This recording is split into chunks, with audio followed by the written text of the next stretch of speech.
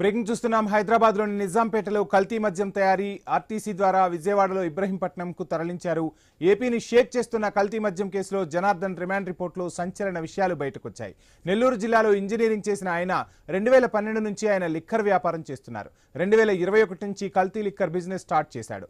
తొలిసారి నిజాంపేటలో కల్తీ మద్యం తయారు చేసి 35 లీటర్ల ప్లాస్టిక్ డబ్బాల్లో నింపి ఆర్టీసీ కొరియర్ ద్వారా ఇబ్రహీంపట్నానికి తరలించారు. అక్కడ ఏఫై ఆ డబ్బాను రిసీవ్ చేసుకున్నాడు. ఇందుకు నకిలీ ఇన్వాయిస్లు క్రియేట్ చేశారు. లోపల పినాయిల్ ఉందంటూ స్టిక్కర్లు అంటించారు. బార్లో లీటర్ బాటిళ్లలో లూజ్ విక్రయం చేస్తూ మందుబాబులకు అనుమానం రాకుండా జాగ్రత్తలు తీసుకున్నారు.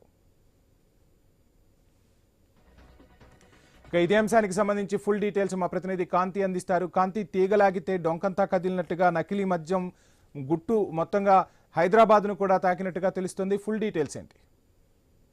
నకిలీ మద్యం కేసు తోటి ప్రస్తుతం ఆంధ్రప్రదేశ్ లో రాజకీయాలు ఒకవైపు వేడెక్కుతుంటే, ఏదైతే అరెస్ట్ అయినటువంటి నిన్న A1 గా ఉన్నటువంటి జనార్దన్ ను గన్నవరం విమానాశ్రయంలో అదుపులోకి తీసుకున్నటువంటి పోలీసులు విచారణలో కొన్ని కీలక విషయాలు వెలుగులోకి వచ్చాయి. దాంతో పాటుగా రిమాండ్ రిపోర్ట్ లో పేర్కొన్నటువంటి విషయాలను చూసినట్లయితే, మద్యానికి సంబంధించి ఏదైతే హైదరాబాద్ లో తయారు చేసిన మద్యాన్ని ఇబ్రహీంపట్నానికి తరలించి అక్కడ నుంచి లూజ్ గా బార్లలో విక్రయం చేయడం వల్ల ప్రస్తుతం అయితే ఈ నకిలీ మద్యం వ్యాపారం కొనసాగుతున్నట్లుగా తెలుస్తా ఉంది. అయితే జయచంద్రారెడ్డితో పాటు కలిసి జనార్దన్ రావు ఈ నకిలీ మద్యానికి సంబంధించినంత వరకు కూడా ఏదైతే తయారీ చేయడం, అక్కడి నుంచి అమ్మకాలు చేయడం అనేవి ప్రారంభించారు. అయితే ప్రస్తుతం ఈ కేసుకి సంబంధించి మొత్తంగా 8 మందిని ఇప్పటి వరకు అరెస్టు చేశారు. అయితే A1 గా ఉన్నటువంటి అరెస్టు చేసిన తర్వాత,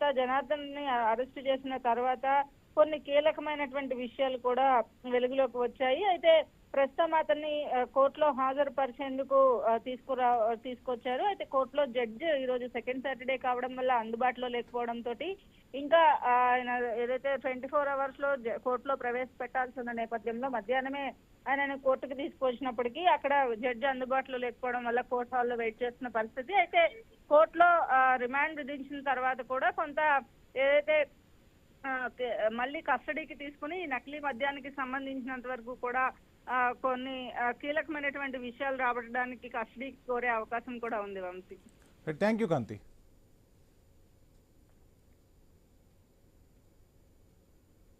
భారతదేశంలో స్త్రీకి అత్యున్నత విలువలు ఉన్నాయని డిప్యూటీ